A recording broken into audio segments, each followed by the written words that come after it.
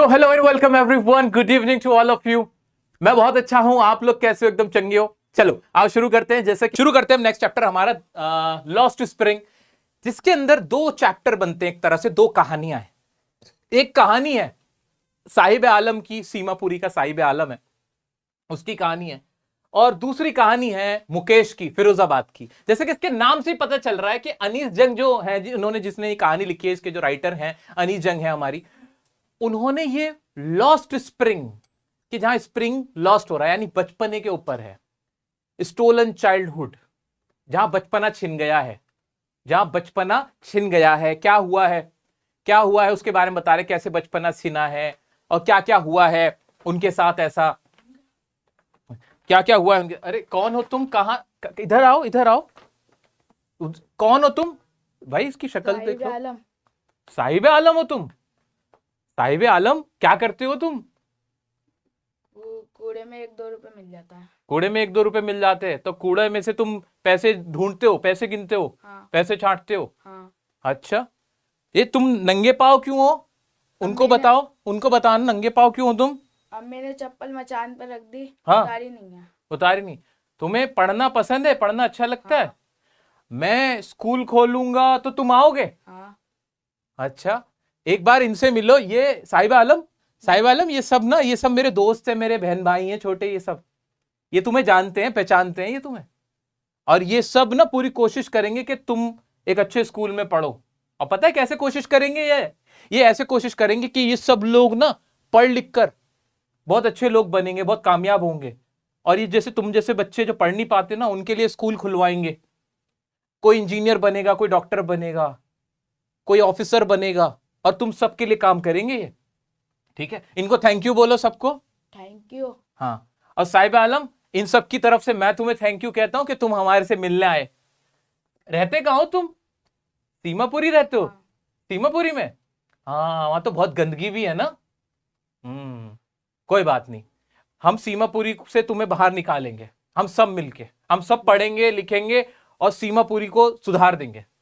तुम भी पढ़ना, हाँ पढ़ोगे ना? हाँ। ठीक है, बाय बोल दो सबको Saheb Alam. Bye bye, thank you. तो दोस्तों, ये थे साहिब आलम, सीमापुरी से आए थे ये, और ये तुम्हें बता रहे थे कि सीमापुरी का क्या हाल है, क्या हुआ है। तो सारी बातें तुम्हें अब समझ में आई गई होंगी। चैप्टर को बिना पढ़े तुम्हें समझ में आ गया होगा कि साहिब आलम की कहानी क्या है। बहुत इमोशनल कहानी है, बहुत सेंसिटिव इशू है, बहुत सीरियस इशू है। अगर आप इसको समझ ना पाए तो साहिब आलम की कहानी ऑलमोस्ट तो मैंने बताई दी है। अब जरा इसकी पूरी वन लाइन बाय लाइन भी तुम्हें समझा देता हूं। क्लियर है? हाँ जी। अभी जो कहानियां सुना रहा हूं, पढ़ा रहा हूं, इंपॉर्टेंट वर्ड्स बता रहा हूं, क्वेश्चंस करा रहा हूं, उनको कर लो, यहीं से आएगा, यही पूछा जाता है, इससे ज्यादा पूछा ही नहीं जाएगा। यही तुम्हारा सिलेबस है, 8 चैप्टर है, इसके अलावा कहां से पूछ लेगा। ठीक है, आओ जल्दी से देखते साहिब आलम की कहानी क्या थी। पहले ऐसा साहिब आलम को देखते हैं। हाँ जी, आ जाओ। अच्छा, ये हिल नहीं रहा है, ओके, हाँ हिल नहीं रहा है, ठीक है। ओ हाँ, the writer Anees Jung highlights the plight of deprived children. जो राइटर अनीस जंग है वो हाईलाइट करती हैं, किस बारे में हाईलाइट करती है, किस चीज पे रोशनी डालती हैं? वो रोशनी डालती है प्लाइट। प्लाइट मतलब जो बुरी हालत है। वर्ड इंपॉर्टेंट है, देखो मैंने बार बार अंडरलाइन किया हुआ, एग्जाम में लिखना मेरा बच्चा, मेरी बहन, मेरी बहन, मेरी बहनों, मेरे भैयू, मेरे भैया, मेरे भैयू, सुनो ये लिखना एग्जाम में, लिखना, ठीक है छोटे बहन भाइयों? हाँ, ये सब लिखना है हमें। किसकी? चिल्ड्रन की, जो सीमापुरी में रहते हैं बच्चे। सीमापुरी कहां है? जो भी दिल्ली में रहता होगा वो सीमापुरी को जानता होगा। सीमापुरी जमुना पार का एक इलाका है जहां बहुत गंदगी है, जहां बहुत बुरे हाल है, जहां कूड़े के खत्ते लगे हुए हैं, चट्टे लगे हुए हैं, जहां कबाड़ का काम होता है, स्क्रैप का बहुत सारा काम होता है। वहां बांग्लादेश से 1971 में आए हुए लोग बसे हुए हैं। वहां पे आके बस गए हैं, जो खाना बदोशों का जिंदगी जी रहे हैं, खाना बदोशों की, जिनके पास 2 वक्त की रोटी उन्हें नसीब नहीं है। उनके राशन कार्ड तो बने हुए हैं कि उनको रोटी मिल जाए, अदरवाइज और उनके पास कुछ नहीं, ना पक्के घर हैं, ना मकान है, ना उनके बच्चे पढ़ पाते हैं।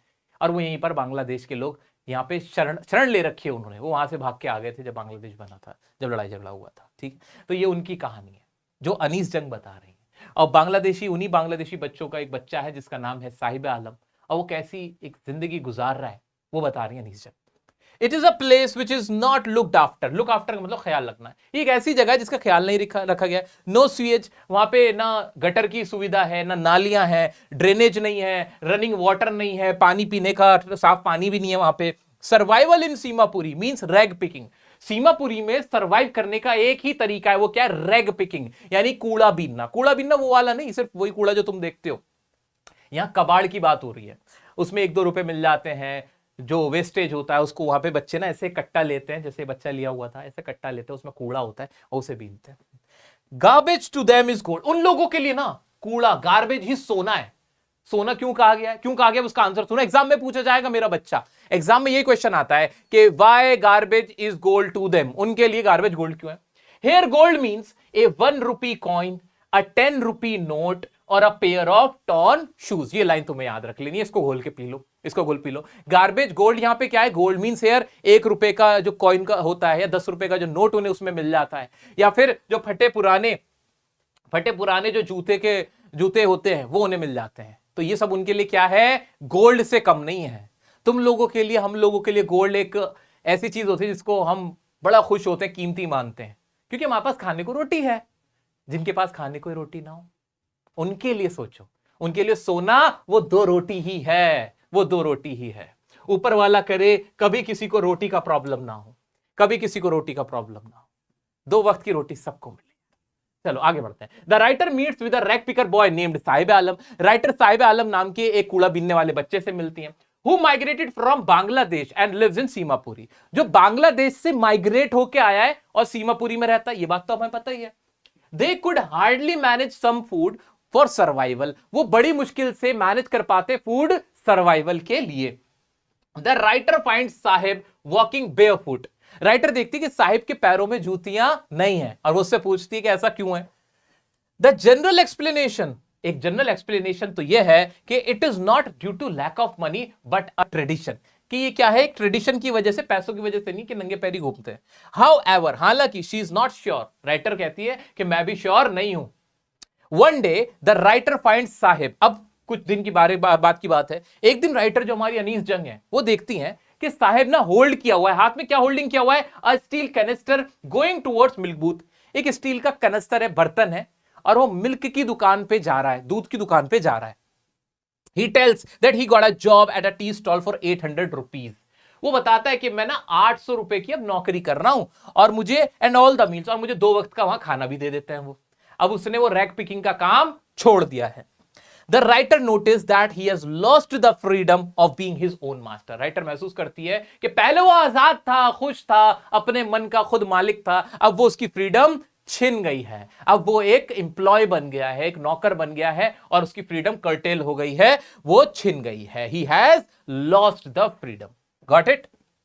Got it? हाँ जी, हाँ जी। इसके भी इंपॉर्टेंट पॉइंट सम अप करने के लिए तुम्हारे लिए यही है, सम अप करने के लिए पूरी स्टोरी एग्जाम से पहले सिर्फ ये पढ़ लेना, याद हो जाएगा कि एक लड़के की कहानी है, साहिब आलम है, रैग पिकर है सीमापुरी का, हार्डली मैनेज कर पाते हैं फूड सर्वाइवल के लिए, गार्बेज उनके लिए गोल्ड है, वॉक बेयरफुट करता है, नॉट ड्रेनेज फैसिलिटी है, Sahib got a job last में एक टी स्टॉल पे और उसकी फ्रीडम कर्टेल हो गई है या फ्रीडम उसकी लॉस्ट हो गई है। क्या मेरे सभी दोस्तों को समझ में आ गया? तो जल्दी से इसको फिर खत्म करते हैं। हाँ जी, आ जाओ। This is the story of a boy named Mukesh. अब फिरोजाबाद में एक मुकेश नाम का लड़का है, वो क्या करता है? Who lives in Firozabad. UP के अंदर फिरोजाबाद नाम का एक शहर है जो कि फेमस है बैंगल के लिए, चूड़ियों के लिए। वहां चूड़ियां बनती हैं, चूड़ियों का कारखाने हैं बहुत, which is famous for bangle making. This profession is hazardous one. Hazardous one है यानी खतरनाक है, इंपॉर्टेंट वर्ड याद रख लेना, हैजर्डस वन है, डेंजरस है। The workers have to work in furnaces. जो वर्कर्स हैं उन्हें भट्टियों में काम करना पड़ता है जब बहुत गर्मी होती है। Which have extremely high temperatures, जहां पे जो बहुत ही तेज टेम्परेचर है, गर्मी है। The cells are dingy without air और लाइट। जो सेल्स है, वो जो कमरे हैं, वो बहुत छोटे हैं, वहां ना रोशनी आती ना हवा आती है। The dust from polishing the glass of bangles affect the eyes badly. जो डस्ट है ना पॉलिश करने से जो बैंगल्स को, वो ना आंखों में घुस जाती है, जो आंखों को बहुत नुकसान पहुंचाती है। एंड ऑफ्टन कॉजेज ब्लाइंडनेस, और कभी कभार और अक्सर लोगों को अंधा भी बना देती है, लोग अंधे हो जाते हैं। Mukesh is different from his family. ये जो मुकेश नाम का लड़का है ये अपनी फैमिली से थोड़ा डिफरेंट है। कैसे डिफरेंट है? He has a dream of becoming a car mechanic. उसका ड्रीम है कि वो एक कार मैकेनिक बने, जिंदगी भर बैंगल मेकिंग का काम या पॉलिशिंग का काम ना करे।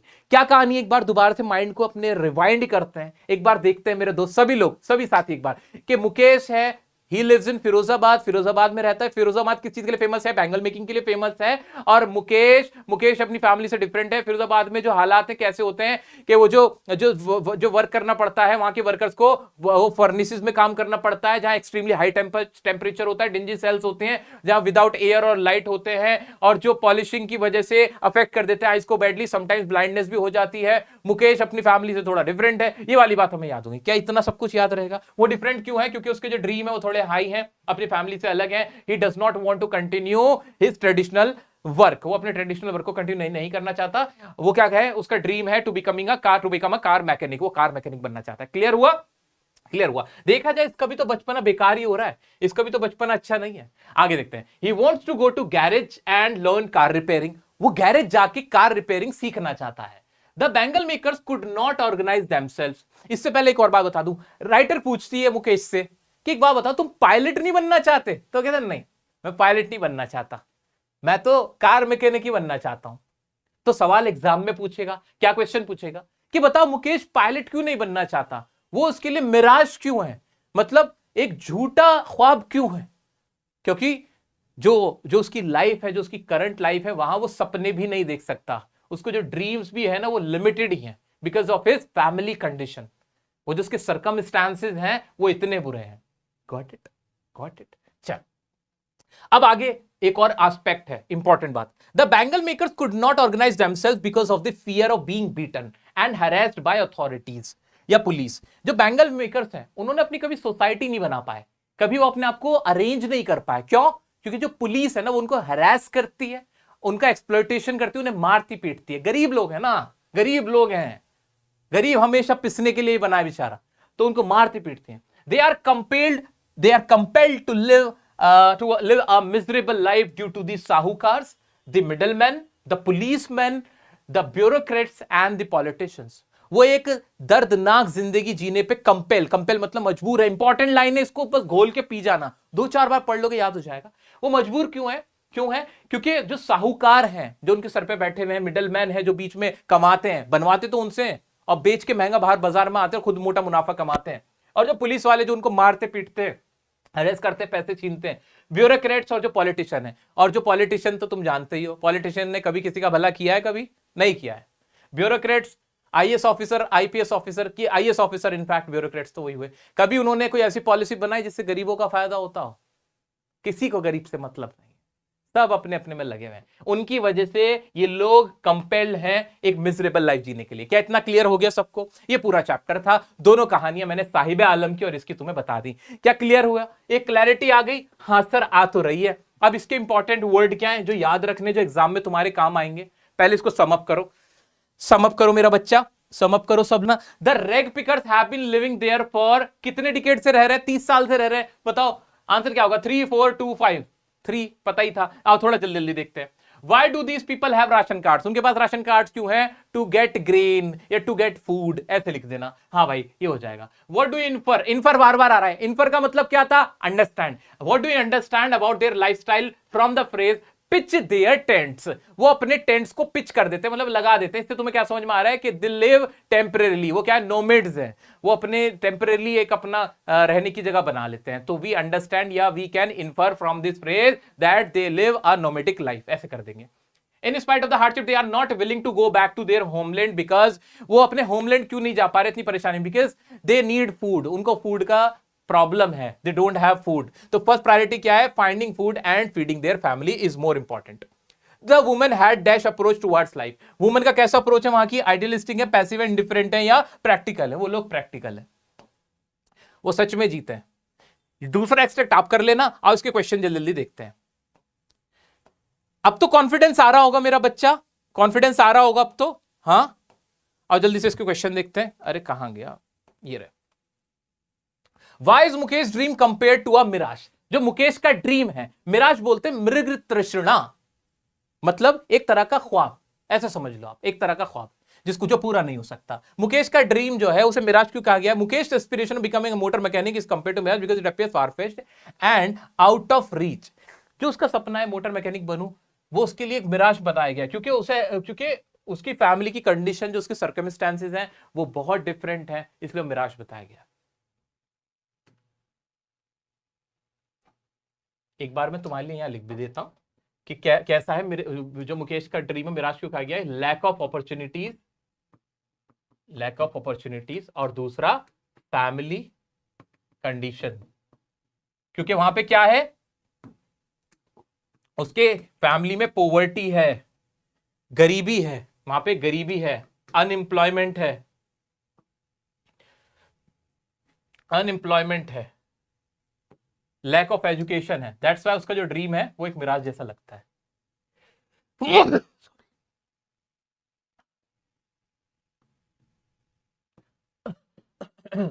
ठीक है बच्चा, चलो कोई भी, पता है मैं सोचता हूं मेरी क्लास का सबसे कमजोर बच्चा जिसे ऐसा लग रहा हो कि मेरी इंग्लिश खराब है, मुझे नहीं समझ में आ रहा, मैं उसको कॉन्फिडेंस देना चाहता हूं, तो तुम घबराना मत। चलो आगे बढ़ते हैं। In spite of the condition prevailing in Simapuri, children like Sahib and Mukesh are not devoid of hope. How far do you agree? इतनी बुरी कंडीशन होने के बाद भी जो चिल्ड्रन है, चाहे वो साहिब हो चाहे वो मुकेश हो, वो अपनी उम्मीद नहीं छोड़ते। क्या आप इस बात से एग्री करते हो? बिल्कुल एग्री करते हैं, बिकॉज मुकेश का ड्रीम है कि वो कार मैकेनिक बन जाए, मोटर मैकेनिक बन जाए। और जो साहिब आलम था उसने क्या कहा था कि he wants to study in school, वो स्कूल पढ़ना चाहता है, उसका भी ड्रीम है कि स्कूल में मैं पढ़ लूं। उसने अग्री कर दिया था जब ऑथर ने उससे पूछा था। तो हम कह सकते हैं कि हाँ, वो लोग, उनके अंदर होप खत्म नहीं हुई है। When I sense a flash of it in Mukesh, I am cheered. How is Mukesh's attitude of life different from that of his family? उसकी फैमिली से डिफरेंट क्यों है? Because he wants to become a car mechanic and he wants to go to garage and learn car repairing. ये वाली line जो long answer में मैंने लिखी हुई है वो यहाँ डिट्टो आप पेस्ट कर देना। What vicious cycle are the Bengal makers trapped in? कौन से vicious cycle में है? They are being compelled to live a miserable life. ये पूरी लाइन लिखी हुई है ना? They are compelled to live a miserable life due to साहूकार, policemen, middlemen, bureaucrats and politicians. वो सब क्या है? वो इन सब की वजह से they could not organize themselves. वो खुद को ऑर्गेनाइज नहीं कर पाए and they have to live a poor life. They are being exploited. वो exploit किए जा रहे हैं. They are being harassed. वो harass किए जा रहे हैं. That's why they have to live in a vicious cycle and they are trapped. Why can the Bengal makers not organize themselves into a cooperative? बार बार क्वेश्चन आ रहा है कि वो कोऑपरेटिव में खुद को ऑर्गेनाइज क्यों नहीं कर पाए। पूरा आंसर मैंने लिख के दे रखा था। They could not organize themselves in a cooperative due to, वही वाला पूरी लाइन आ जाएगी कि पुलिसमैन, साहूकार, मिडिलमैन उनको ऑपरेस करते हैं, उनके साथ शोषण करते हैं, उनको मारते हैं, पीटते हैं। दैट्स व्हाई वो नहीं कर पाए हैं। अब दोस्तों आपको आंसर कैसे लिखना है वो सुनो साथ के साथ ही। The bangle makers could not organise themselves. ऐसे ना तुम्हें क्वेश्चन में से लाइन निकालनी है। क्या जो उसका रियल आंसर होगा ना, सुनो मेरा बच्चा बहुत ट्रिक की बात बता रहा हूं, बहुत इंपॉर्टेंट पॉइंट है, बहुत इंपॉर्टेंट पॉइंट। जब भी हम आंसर लिख रहे होंगे ना, आंसर ज्यादा नहीं होता, आंसर तो मुश्किल से 3-4 वर्ड का ही होता है, चाहे कितना ही बड़ा क्वेश्चन हो। जैसे वो ऑर्गेनाइज क्यों नहीं कर पाए खुद को, उसका सीधा सा आंसर क्या था? हैरेस किए जा रहे हैं मिडिलमैन और पुलिसमैन के द्वारा, अथॉरिटीज के द्वारा। ये तो इसका आंसर है ना? क्या ये 2-3 वर्ड ही लिखूंगा मैं? नहीं। अब हमें क्या करना पड़ता है? हमें आंसर को बड़ा बनाना पड़ता है। वो कैसे बनाते? सुनो, तुम्हें कोई नहीं बताता ये बात, तुम्हें हिंदी में सारा पढ़ाते हैं। मैं चाहता हूं मैं हिंदी में ना पढ़ाऊं, तुम्हें इंग्लिश के वर्ड याद कराऊं, लाइन्स याद कराऊं। सुनो देखो, द बेंगल मेकर्स नॉट, और ये ना लाइन हम इसमें से उठा सकते हैं। जो आंसर जो हमारा चेक कर रहा होगा ना टीचर, वो देखेगा पहली दूसरी लाइन तो ठीक लिखी है, कोई ग्रामेटिकल मिस्टेक तो नहीं है। कभी भी एग्जाम में गलती मत करना कि पूरा का पूरा आंसर बनाने बैठ जाओ। बनाना मत। रटा रटाई जो लाइन तुमने पहले कही, मैंने जैसे लॉन्ग आंसर दे रखा है, वो लाइन तुम्हें रटी रटाई याद है ना, उसको लिखने की कोशिश करना। वहां क्यों? उसमें ना ग्रामेटिकल मिस्टेक है, ना उसमें कोई लैंग्वेज का मिस्टेक है, उसमें कीवर्ड भी अपने आप आया हुआ है। उससे तुम्हारे को ज्यादा नंबर मिलेंगे, पूरे नंबर मिलेंगे। तो सबसे पहला काम क्या? क्वेश्चन में से ही अगर आंसर की लाइन उठा सकता हूं तो यहां से उठेगी। कैसे? The bangle makers could not organise themselves into a cooperative as, ऐसे करके, बिकॉज, ऐसे करके, एज या बिकॉज लगा के, और फिर मैं क्या लिख दूंगा? वही वाली लाइन कि they are compelled to miserable life due to साहूकार, मिडिलमैन एंड ये and they are being beaten by the police, और फिर वो 2-3 वर्ड अपने 2-3 लाइन के लिख देंगे। इस तरह से मेरा आंसर बड़ा भी बन जाएगा, इफेक्टिव भी बन जाएगा और इंप्रेसिव भी हो जाएगा। ठीक है, आगे बढ़ जाऊं। The description of Seemapuri creates a very dismal picture, explain. Seemapuri की पिक्चर कैसी है, वहां पे वो वाली लाइन पर पूरी पूरी लिखी हुई है ना मैंने, बस वही आंसर उठा के लिखना है तुम्हें, टेंशन काहे ले रहे हो। वही आंसर सीमापुरी की लाइफ का जैसे ही आएगा तो सीमापुरी पे पहुंच जाएंगे, सीमापुरी पे पहुंच जाएंगे हम। कहां गया भाई सीमापुरी, ये रहा सीमापुरी, पूरा एक्सप्लेनेशन बता रखा है सीमापुरी का, ये रहा, ये रहा।